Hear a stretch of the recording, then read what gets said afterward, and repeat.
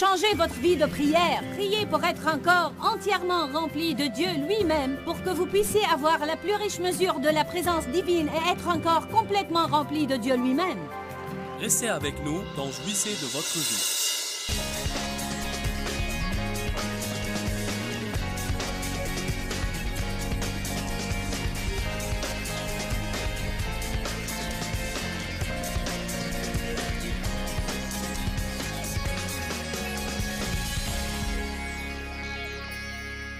L'un des desseins de Satan est d'essayer de donner à tout le monde des soucis pour qu'ils restent chez eux, à soigner leurs blessures et à s'occuper de leurs propres tracas, au lieu de porter assistance aux autres personnes. Qui de vous a remarqué que dès que vous essayez de vous investir dans le ministère, 50 choses différentes se produisent le premier mois pour vous empêcher de tenir votre engagement? Il y avait un article dans Charisma Magazine en octobre qui disait « Votre pasteur subit des attaques ». Il montrait la nécessité comprise pour nos chefs spirituels et il disait « L'enfer a lancé un assaut coordonné contre les chefs spirituels. Êtes-vous prêts à apporter la couverture de prière nécessaire pour les protéger ?» Je voudrais vous lire quelques extraits. Parce que ceux qui sont en première ligne sont agressés, et plus vous faites pour le Seigneur, plus le diable va vous contrecarrer et essayer de vous arrêter. Vous essayez de faire des progrès, l'ennemi va vous opposer. Amen. Il dit, est-ce que vous priez et jeûnez pour vos chefs spirituels? D'autres le font, mais pas comme vous pourriez le penser.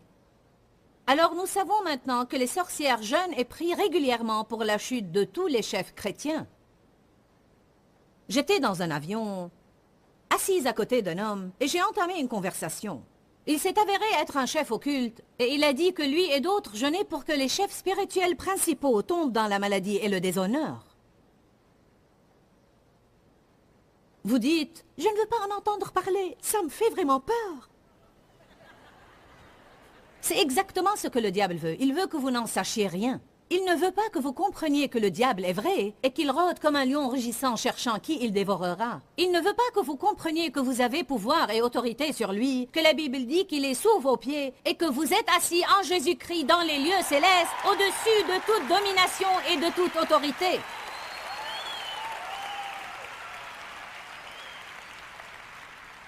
Mais vous savez, le pouvoir ne se manifeste pas automatiquement, vous devez l'exercer. Et on ne va pas exercer notre pouvoir en restant chez nous, déprimés et se demandant pourquoi tout ne se passe pas comme on veut. Je vais faire un enseignement dans les semaines et mois à venir au sujet de l'autorité spirituelle, parce que le croyant a le pouvoir, et réaliser cela devrait nous revigorer. Oui, le diable est vrai, et oui, il est puissant, mais il n'est pas plus puissant que vous, parce que Luc chapitre 10, 19 dit, « Voici, je vous ai donné le pouvoir et l'autorité sur toute la puissance de l'ennemi, et rien ne pourra vous perdre, et rien ne pourra vous nuire. » Il a du pouvoir, mais vous en avez davantage. Celui qui est en vous est plus grand que celui qui est dans le monde. Écoutez-moi, je vais dire quelque chose que tout le monde doit entendre. Vous ne pouvez pas exercer le pouvoir sur le diable et agir comme le diable en même temps.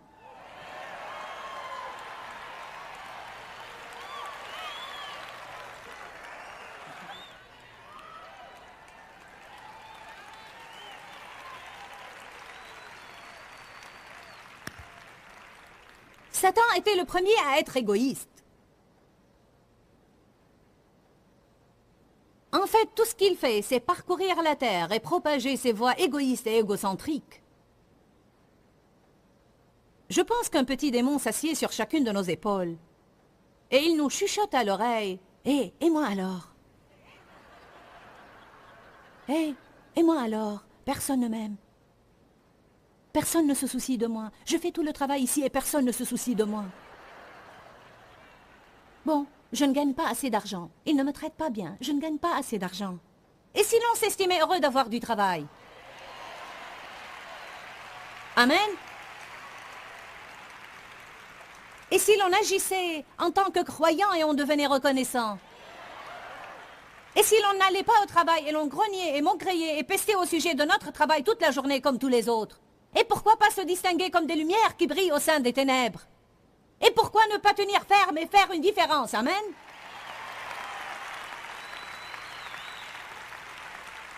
On sait qu'on a un problème grave, puisque lors de la dernière élection présidentielle, 22% seulement des chrétiens ont pris la peine de sortir de chez eux et de voter. Ouh, je prêche bien ce soir.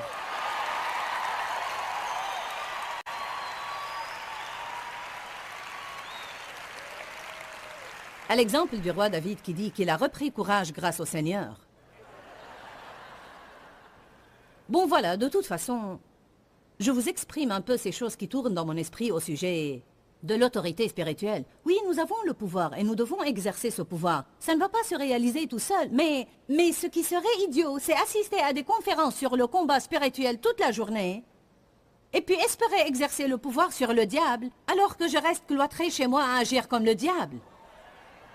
On s'évertue tous à sauver les apparences quand on sort en public.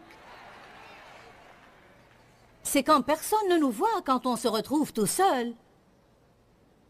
Allez maintenant. On doit tous prier pour les leaders. Priez pour vos pasteurs, priez pour vos enseignants et pour les dirigeants du culte. Vous dites-moi alors. À la vérité, on préférerait plutôt s'asseoir et prier pour nous-mêmes.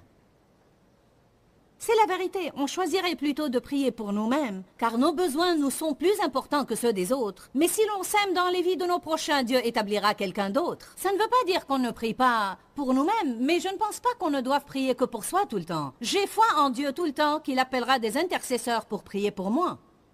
J'en ai besoin. Ce sondage ici, auprès de ceux qui sont dans le ministère, dit que 65% d'entre eux ont pensé abandonner durant les 30 derniers jours. Si forte est l'attaque sur les serviteurs de Dieu, on doit prier pour les nouveaux croyants, les bébés en Christ. Toute personne née de nouveau a besoin d'avoir un croyant plus mûr pour les former. Vous avez un appel dans le corps du Christ et vous devez être actif dans cette vocation. Plus on prend racine chez soi et on ne pense qu'à soi, plus on va être malheureux et moins de nos problèmes vont être résolus. Si on sème dans la vie de quelqu'un d'autre, Dieu occasionnera une moisson et une percée dans notre vie. N'avalez pas ce mensonge que vous ne pouvez rien faire jusqu'à ce que vous soyez perfectionné. Si vous ne faites rien, vous ne serez jamais perfectionné. Vous n'aurez pas à diriger le monde. La Bible dit que si un aveugle conduit un aveugle, ils tomberont tous deux dans une fosse. Mais vous devez faire quelque chose. Vous devez commencer quelque part, seconder dans un domaine particulier. Oui, Satan parcourt la terre et y rôde comme un lion rugissant et recherche qui saisir et dévorer. Il essaye d'envahir nos mentalités et de les infiltrer. Et une des choses avec lesquelles il essaye de pénétrer nos pensées avec, c'est l'esprit d'égoïsme. Genèse chapitre 3, verset 4. Ça a commencé dans le jardin d'Éden. Ça a commencé vraiment quand Satan est tombé du ciel, mais il est apparu dans le jardin. Et réellement, tout ce problème avec la désobéissance d'Adam et Ève n'était qu'un acte d'égoïsme. Genèse 3, versets 3 et 4. Sauf le fruit de l'arbre qui est au milieu du jardin. Dieu a dit, vous n'en mangerez pas et vous n'y toucherez pas de peur que vous ne mouriez. Mais le serpent dit à la femme, non, vous ne mourrez pas. Mais Dieu sait que le jour où vous en mangerez, vos yeux s'ouvriront et vous serez comme Dieu, possédant la connaissance entre le bien et le mal, et ce qui est bon ou mauvais. La femme vit que l'arbre était bon à manger, qu'il était séduisant à regarder et précieux pour ouvrir l'intelligence et agir avec clairvoyance. Elle quoi? Elle l'a convoité. Elle l'a convoité. On sait tous qu'à moins de renoncer à soi, cette vieille chair puante va courir après ce qu'on veut. Elle l'a tellement convoité qu'elle a désobéi à Dieu pour l'obtenir. Le problème dans le jardin était l'égoïsme. Et notre problème aujourd'hui est l'égoïsme. Dès la petite enfance, on démontre l'égoïsme. Mais ce que Satan a omis de dire à Ève dans le jardin, « Oh, à propos, Ève, il y aura de mauvaises conséquences. » En fait, c'est ce qu'il oublie toujours de nous dire. Il nous pousse à faire n'importe quoi et à agir honteusement pour arriver à notre but. Mais il ne nous dit pas, « Oh, au fait, après que vous ayez obtenu ce que vous voulez, il y aura de mauvaises conséquences. » Comme vous allez être chassé du jardin, vous allez être malheureux, comme vous ne pourrez plus apprécier et jouir de la présence de Dieu comme par le passé. Parce qu'on va être rempli de Dieu ou on va être rempli de nous-mêmes. Une fois, j'ai enseigné sur « De quoi êtes-vous rempli ?» Bonne question, n'est-ce pas? De quoi êtes-vous rempli? Allez à Éphésiens 3 et je vais vous montrer de quoi la Bible dit qu'on doit être rempli. De quoi êtes-vous rempli? À moi? Je pense tout le temps à moi.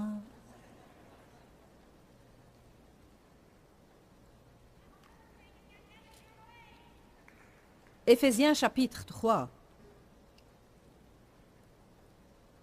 Je pense que c'est le verset 19 que je veux considérer.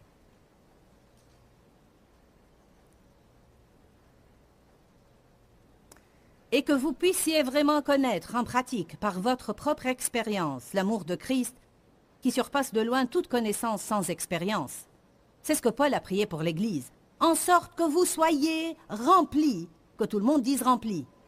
Remplis et comblés jusqu'à recevoir toute la plénitude de Dieu. Que vous puissiez avoir la plus riche mesure de la présence divine, et écoutez ça, et que vous puissiez devenir un corps complètement rempli et inondé de Dieu lui-même. Ouh, alléluia! De quoi est-on supposé être rempli? De Dieu. De quoi Satan veut-il qu'on soit rempli? De nous-mêmes. Voici le genre de choses que Paul a prié pour l'Église. Qu'est-ce qui se passerait si on changeait notre vie de prière? L'ajuster juste un petit peu. « Éternel, je dois avoir une augmentation au travail. Et Seigneur, si je ne me marie pas la semaine prochaine, je ne pense pas que je puisse rester chrétienne. Et Dieu, si tu ne changes pas mon mari, je vais abandonner et je vais laisser tomber. J'ai besoin de plus d'argent et j'ai besoin d'une plus grande maison et je dois avoir ma percée. Dieu, je dois l'avoir. Quand est-ce que je vais avoir ma percée? Éternel, je pense que j'irai à la conférence de Joyce Meyer et j'espère que j'aurai ma percée. » Ainsi, vous venez espérant que je vous interpelle. Oh, Éternel, s'il te plaît, fais que Joyce ait une parole pour moi. Je vais essayer de m'asseoir devant parce qu'ils appellent toujours ceux qui sont à l'avant. Je vous dis quelque chose. J'ai effectivement une parole pour vous et je vous appelle également.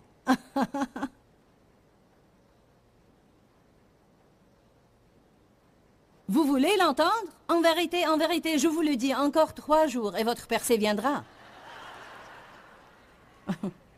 Oui, il y a une place pour ça et un temps pour le faire. Dieu fait ces choses-là et je respecte et apprécie les dons de l'esprit. Et il y a eu des périodes où j'ai voulu et j'ai reçu des paroles moi-même. Mais j'ai une parole pour vous ce soir. Amen, je vous le dis, grandissez.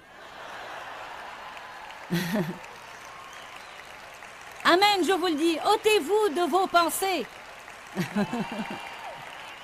J'ai une parole pour vous ce soir. Changez votre vie de prière. Priez pour être encore entièrement rempli de Dieu lui-même, pour que vous puissiez avoir la plus riche mesure de la présence divine et être encore complètement rempli de Dieu lui-même. Prions comme David a prié dans le psaume 27, 4. « Je demande une chose à l'Éternel et je la désire ardemment, que je puisse demeurer en sa présence et contempler sa magnificence tous les jours de ma vie. » Qu'est-ce que David a voulu? Une chose, Dieu. Davantage de Dieu, la plénitude de Dieu, obéir à Dieu, m'effacer moi-même, m'ôter totalement de mes pensées, cesser d'être égoïste et égocentrique. En réalité, il y a tellement d'exemples dans la Bible. J'ai là un exemple après l'autre, des récits bibliques d'égoïsme et aussi des récits bibliques d'altruisme. On ne va pas les examiner un par un, mais Caïn a tué Abel par égoïsme. Caïn a égoïstement retenu sa meilleure offrande, puis il est devenu jaloux quand Abel a offert à Dieu ce qu'il avait de mieux. Son égoïsme l'a fait envier son frère et ne pas supporter la faveur de Dieu sur la vie d'Abel, et donc il l'a tué. Et puis la Bible dit, allons voir ce que la Bible dit, parce que je voudrais vraiment que vous voyiez ça. Allez à Genèse 4, 11.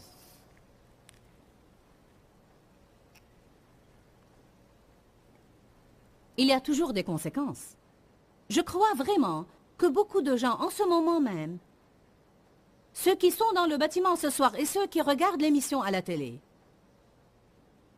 je crois qu'il y a un très grand nombre d'entre nous qui vit avec les conséquences de décisions égoïstes, et malgré cela, on ne comprend pas pourquoi on n'est pas satisfait. Eh bien, je vais à l'église et j'ai acheté les cassettes et j'ai obtenu le t-shirt.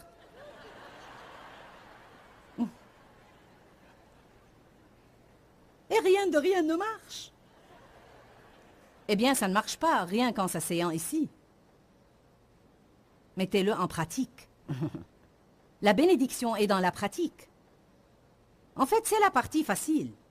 S'asseoir ici, c'est la partie facile. Le savez-vous? C'est ce que vous ferez quand vous rentrez et que vous êtes mis à l'épreuve. Qui de vous est assez malin pour savoir que vous allez avoir...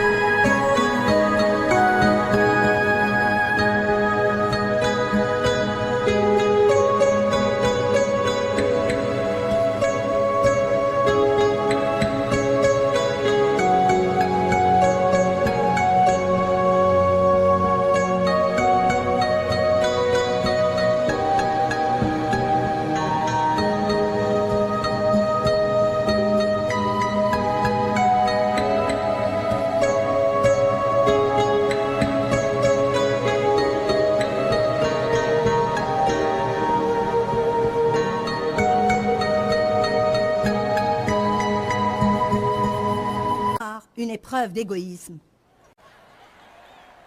Je peux vous le dire, vous pourriez, avant même d'arriver chez vous, ce soir, avoir l'occasion de ne penser qu'à vous, être égoïste et égocentrique, ou de renoncer à vous-même.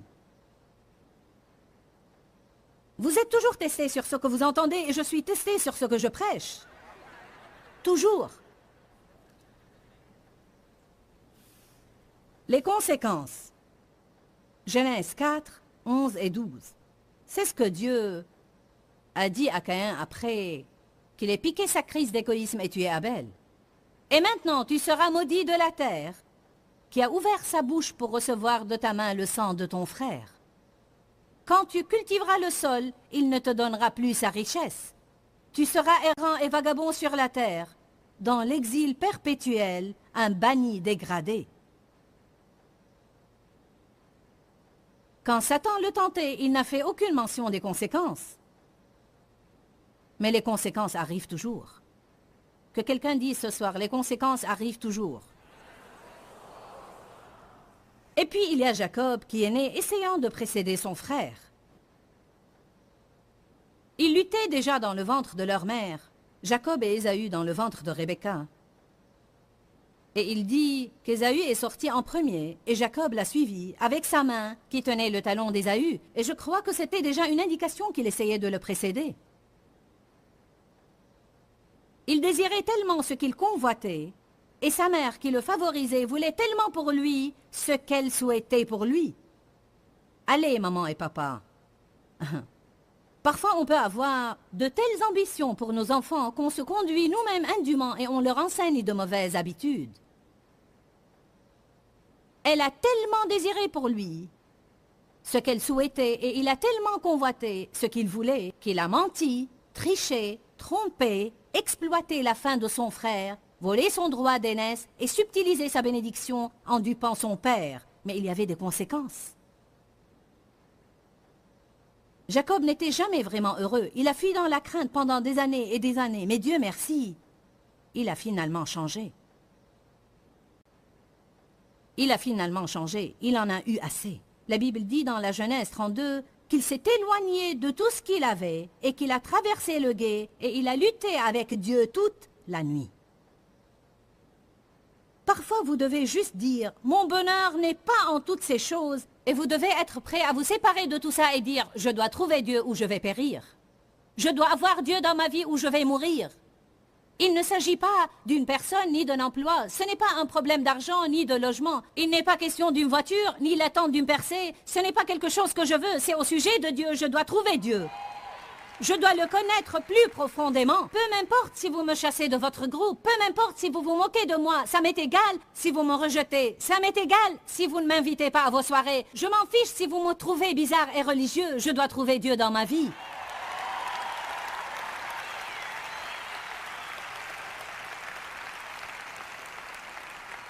Vous savez, rien que l'égoïsme de vouloir être apprécié dans la vie empêche beaucoup de gens d'avoir un rapport ardent avec Dieu.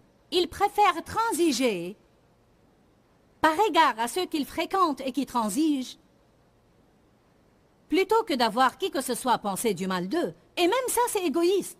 Luc 12, 16. Et il leur dit une parabole. Les terres d'un homme riche étaient fertiles et avaient beaucoup rapporté. Et il raisonnait et se demandait en lui-même, j'aime ça. Il n'a pas demandé à Dieu, il s'est demandé lui-même. Qu'est-ce que je veux? Non pas Dieu, que veux-tu? Mais qu'est-ce que je veux? Bien des jours, quand on se lève, on pense, qu'est-ce que je veux? Qu'est-ce que je veux faire aujourd'hui? Allez maintenant. Que faisons-nous? Pour qui vivons-nous? Vous savez, je parle à beaucoup de personnes qui regardent la télé en ce moment. Prenez garde, je vous prie, à ce dernier verset que je viens de lire. Que faites-vous? Et pour qui vivez-vous?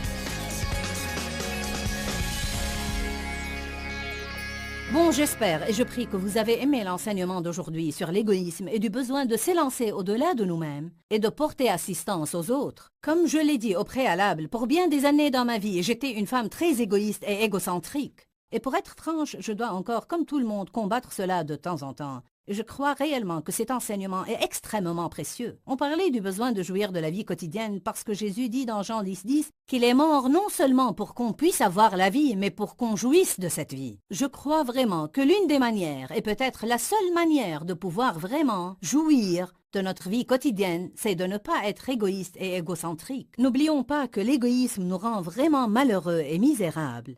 Et donc, je vous pose ce défi à relever aujourd'hui. Aujourd'hui, je lance un défi, essayez de prendre une décision, de vous engager.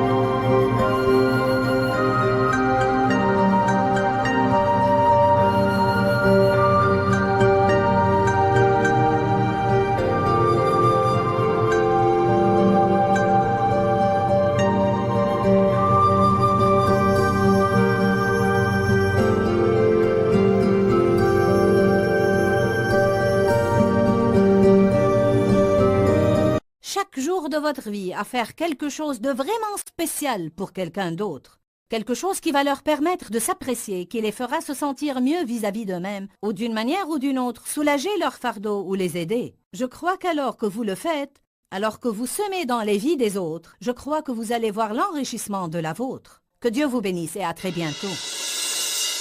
Quand, Seigneur, quand? Dans ce livret, Joyce Meyer vous apprend à faire confiance au temps de Dieu. Pour obtenir ce livret gratuitement, écrivez-nous à Joyce Meyer, boîte postale 40095-6300 Larnaca, Chypre. Ou bien visitez notre site web www.joycemeyer.org/fr.